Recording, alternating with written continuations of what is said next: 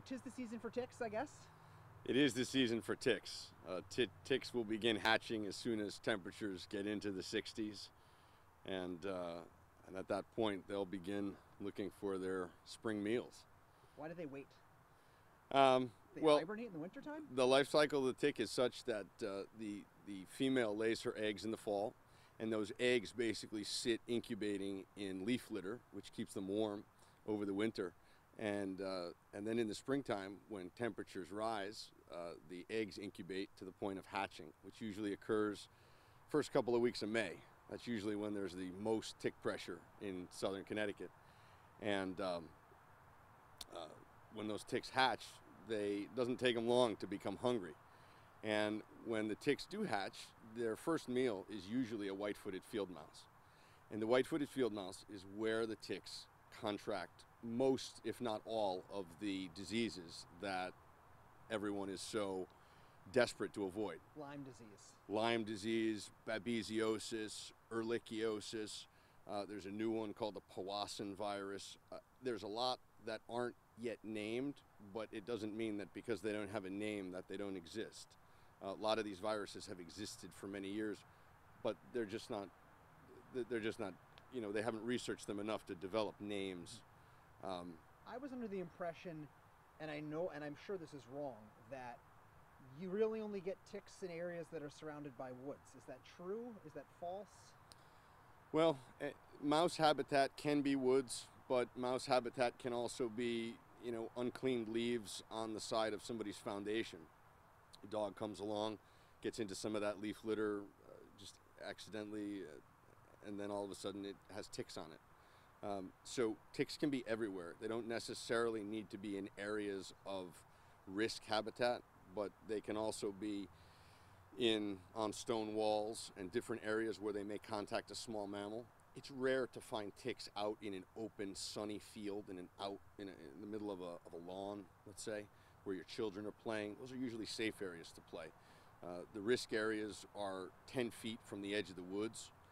We refer to those areas as ecotone areas, and that's where you will find the greatest incidence of ticks. So, what can a person do to avoid having ticks?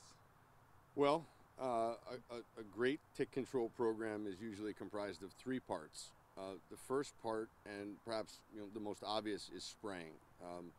Spraying a good organic acaricide is a great thing to do to protect your property and your family from incurring ticks.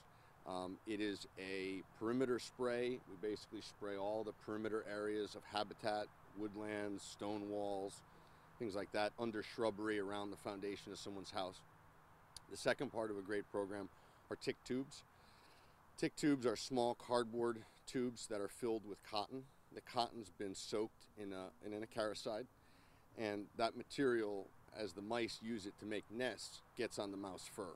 And when those tick eggs hatch and they go search for that first meal on the mouse, they're immediately killed because that acaricide is now on the mouse, and it will stay there for up to 1.5 years. So that's a wonderful way to hit ticks, not only by their life cycle, but at the first stage of it, before they come in contact with humans, which is usually in the second and third life cycle stages. And the third, and it's probably the most overlooked portion of tick control and prevention, is habitat reduction. If you are able to put a 10-foot wood chip buffer along the edge of the woods between your property and the ticks, that's a great way for you to reduce habitat and reduce your family's chances of contacting ticks in their habitat. Placing swing sets in areas of wood chips and things discourage ticks from coming in there. Ticks really don't like wood chips. They like leaf litter and areas that are layered where they can stay warm and incubate. Okay, last one. If a person gets a tick on them, a dog, what are the symptoms, and what is the person supposed to do?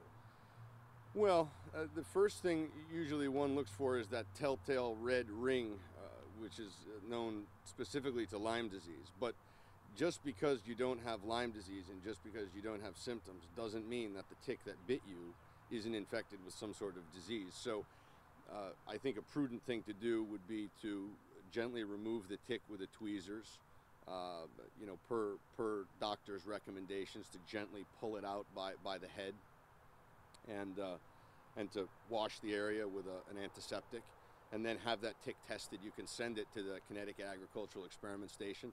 They have different laboratories around the state, but the New Haven laboratory is where you'd send them to get tested, and they offer free tick testing, and usually the turnaround time's within a week. Oh, very nice. And so that's very helpful for people who are wondering if the tick that bit them did carry some sort of bacteria that could make them sick.